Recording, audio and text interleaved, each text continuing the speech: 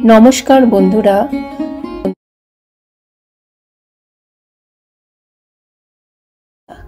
आज के आपनादेर जन्य निये एसेछि एकटी अति परिचित एवं विख्यात पिठेर रेसिपि निये गोलाप पिठे। এই পিঠে देखते खूबই सुंदर एवं खेतेও खूब भालो हय। ताहले चलुन आज के आमरा देखे निই যে কিভাবে খুব সহজেই বাড়িতে আমরা এই পিঠেটি বানিয়ে নিতে পারবো।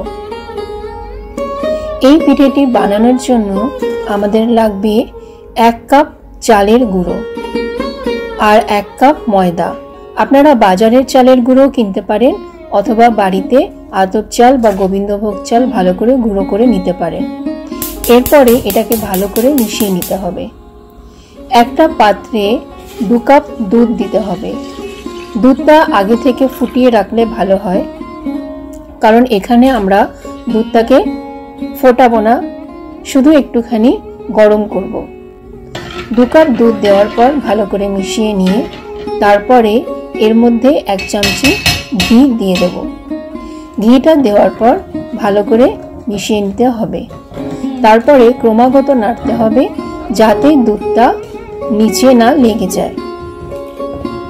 যখন দেখব যে দুধটা একটু গরম হয়ে গেছে, ফোটার দরকার নেই, তখন আমরা চাল আর ময়দার যে গুঁড়োটা আমরা মিশিয়ে রেখেছিলাম সেইটাকে আমরা দিয়ে তারপরে ভালো করে ক্রমাগত নাড়তে হবে। এই সময় গ্যাসের আঁচ কম রাখবেন এবং যখন দেখবেন যে পুরো দুধের সাথে মিশ্রণটি মিশে গেছে, গ্যাস বন্ধ করে তারপরে নামিয়ে নিয়ে ক্রমাগত এটাকে নাড়তে হবে, না হলে কিন্তু দলা পাকিয়ে যাবে। এবং যেহেতু এটা খুব গরম তাই খুব সাবধানে করতে হবে, কিন্তু একদম একটা হাতা বা খুন্তির সাহায্যে নাড়াতেই থাকবেন। তারপরে আমরা একটি থালার মধ্যে এই মিশ্রণটাকে নিয়ে নেব। এটা কিন্তু প্রচন্ড গরম, তাই আমরা আস্তে আস্তে কোনোভাবে হাত দিয়ে একটুখানি মাখার চেষ্টা করব। তারপরে দেখব যখন একটুখানি ঠান্ডা হয়েছে এর মধ্যে 1 চামচ ঘি দিয়ে ভালো করে এটাকে মাখতে হবে। এটা ভালো করে মাখা হয়েছে কি করে বুঝবেন? দেখুন আমার হাতে কিন্তু একটুও লেগে নেই। যখন দেখবেন যে আপনাদের হাত পুরো পরিষ্কার হয়ে গেছে, একটুও মিশ্রণ লেগে নেই, তখন বুঝবেন যে এটা ভালো করে মাখা হয়ে গেছে। তারপরে ওটাকে ঢাকা দিয়ে একটা বাটির মধ্যে 1 ঘন্টা মতন রেখে দিতে হবে। এবার আমরা চিনির রসটা বানিয়ে নেব। তার জন্য আমরা 1 কাপ চিনি, 1/2 কাপ জল আর 2 থেকে 3টে ছোট এলাচ একটু থেতো করে দিয়ে দেব।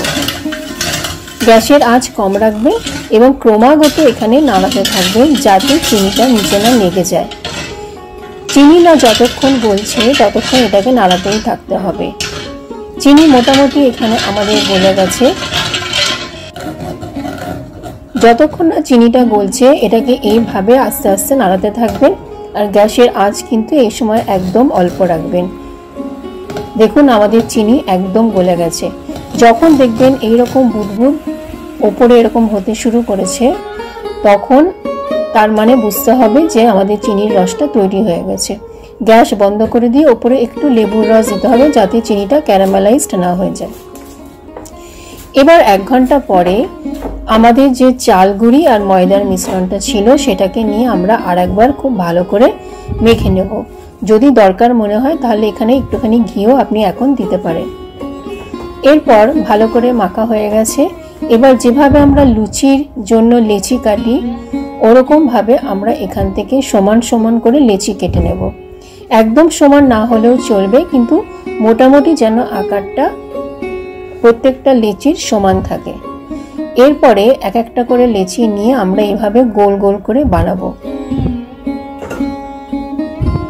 এখন যেই মিশ্রণটা আমরা এখন ব্যবহার করব না, পরে করব, সেটাকে আমরা ঢাকা দিয়ে রেখে দেব, না হলে হাওয়াতে হাওয়া লেগে ওটা শুকিয়ে যেতে পারে। এবার একটা করে লেচি নেব, নিয়ে তারপরে আমরা ময়দার সাহায্যে এটাকে ভালো করে বেলে নেব।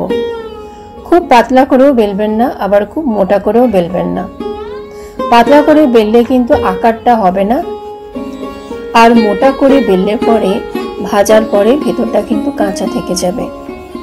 তাই যেভাবে আমরা মোটামুটি রুটি করি সেইভাবেই এটাকে ময়দার সাহায্যে ভালো করে গোল করে বেলে নিতে হবে। আকারটাও মোটামুটি একটা রুটির যেমন হয় তেমনই রাখতে হবে। এই পিঠেটি বানানো আপনাদের মনে হতে পারে একটু কঠিন, কিন্তু এটি কিন্তু বানাতে খুবই ভালো লাগে। এরপরে আমরা একটা ছোট গ্লাস, বাটি বা এখানে আমি একটা ঘটি নিয়েছি, সেই ঘটির যে মুখ আছে সেই মুখের সাহায্যে আমরা এই রকম ছোট ছোট গোল গোল করে কেটে নেব। এইভাবে আমাদের যতগুলো লেচি হয়েছিল প্রত্যেকটা লেচিকে রুটির মতন করে বেলবো, তারপর এই ছোট ঘটিটার সাহায্যে এরকম গোল গোল করে কেটে নেব। আপনারা ছোট স্টিলের বাটি বা ছোট স্টিলের গ্লাস যেগুলো একটু ধার আছে সেগুলো আপনারা ব্যবহার করতে পারেন। এই রকম সাইজের হবে গোল গোল করে এক একটা। এরপরে সাইডে যেগুলো বেরিয়ে গেছে ওখান থেকে আমরা এইভাবে লম্বা লম্বা করে কিছু কেটে নেব। এবার আমাদের এখানে গোল গোল করে সমস্ত কাটা হয়ে গেছে। এগুলো আমাদের গোলাপের পাপড়ি তৈরি করতে লাগবে।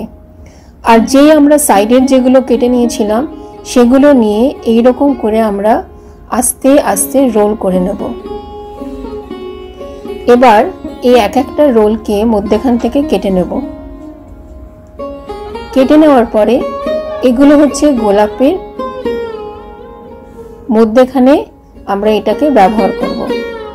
এবার আমরা তিনটে ছোট ছোট গোল আকারের রুটির মতন যে আমরা বেলেছিলাম, যেগুলো আমরা কেটে নিয়েছিলাম, সেটাকে নিয়ে একটার ওপর আরেকটা রেখে তিনটেকে নিতে হবে। তারপর মধ্যখানে আঙুল দিয়ে গর্ত করে ওই ছোট্ট যে আমরা বানিয়েছিলাম সেটাকে ওখানে বসিয়ে দিতে হবে। তারপর তিনটে কোণায় এইভাবে ছুরির সাহায্যে কেটে নিতে হবে। আমার ওদিকে ক্যামেরাটা আছে বলে আমি ওদিকে গিয়ে কাটতে পারছি না, ঠিক এরকম করে আপনারা ছুরির সাহায্যে কেটে নেবেন। তারপরে দেখুন এই যে মধ্যখানের যে অংশটা আছে তার আশপাশ দিয়ে শুধু একটা করে পাপড়ি নিয়ে লাগিয়ে দিতে হবে। একটা করে পাপড়ি নেবেন আর পাশ দিয়ে এইভাবে লাগিয়ে দেবেন।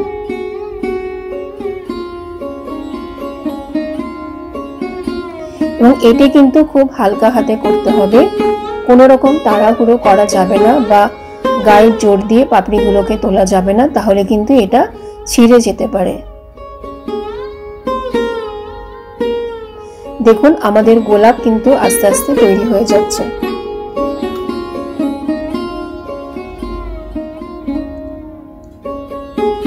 আমাদের গোলাপ মোটামুটি তৈরি হয়ে গেছে। এখানে কিন্তু চাল আর আটার গুঁড়িটার যে মিশ্রণটা বানিয়েছি ওটা অনেকটা নির্ভর করে যে আপনার গোলাপটা কত সুন্দর দেখতে হবে তার উপর। তাই চালের গুঁড়ি বেশি পুরনো হলে ব্যবহার করবেন না, আর যেমন আমি আপনাদের পরিমাণটা বলেছি সেই রকম পরিমাণেই নেবেন।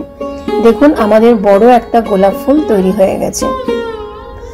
এবার আমরা ছোট ছোট কুড়ির মতন যে হয় গোলাপ ফুলগুলো সেগুলো বানাবো।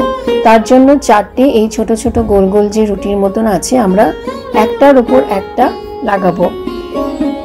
এইভাবে ঠিক লাগাবেন, তারপরে আঙুলের সাহায্যে একটার সাথে আরেকটা এইভাবে লাগিয়ে দেবেন। তারপরে রোল করতে হবে, দেখতে হবে যাতে একটার সাথে আরেকটা ভালোভাবে লেগে থাকে, খুলে না আসে। হাত দিয়ে ভালো করে রোলের মতন করে নিতে হবে। দেখুন এবার ঠিক মধ্যখানে ছুরি দিয়ে কাটতে হবে, তাহলে এটা এক একটা যে গোলাপের কুঁড়িগুলো হয় সেই কুঁড়ির মতন আমরা এটাকে ব্যবহার করতে পারি। নিচটা একটুখানি হাত দিয়ে সরু করে নিতে পারেন, তাহলে দেখতে ভালো লাগবে। তাহলে আমাদের এখানে গোলাপের যে কুঁড়ি সেই কুঁড়িও তৈরি হয়ে গেছে। এবার দেখতে ভালো লাগার জন্য আমাদের চালের ময়দার যে মিশ্রণটা আছে সেখান থেকে একটুখানি করে নিয়ে এইভাবে বেলে আমরা ছুরির সাহায্যে পাতা কেটে নিতে পারি। এগুলো কিন্তু বাড়িতে বাচ্চা থাকলে বাচ্চাদেরকে দিয়েও আপনারা করতে পারেন, শুধু তাদের হাতে ছুরি না দিয়ে বলতে পারেন স্কেল বা ওগুলো কিছু দিয়ে করতে। এবার হচ্ছে কাঁটা চামচ দিয়ে পাতাতে আমরা এইভাবে ওপর থেকে নিচে দাগ করে দেব। এটা শুধুই দেখতে ভালো লাগার জন্য। আমাদের এখানে পাতা তৈরি হয়ে গেছে।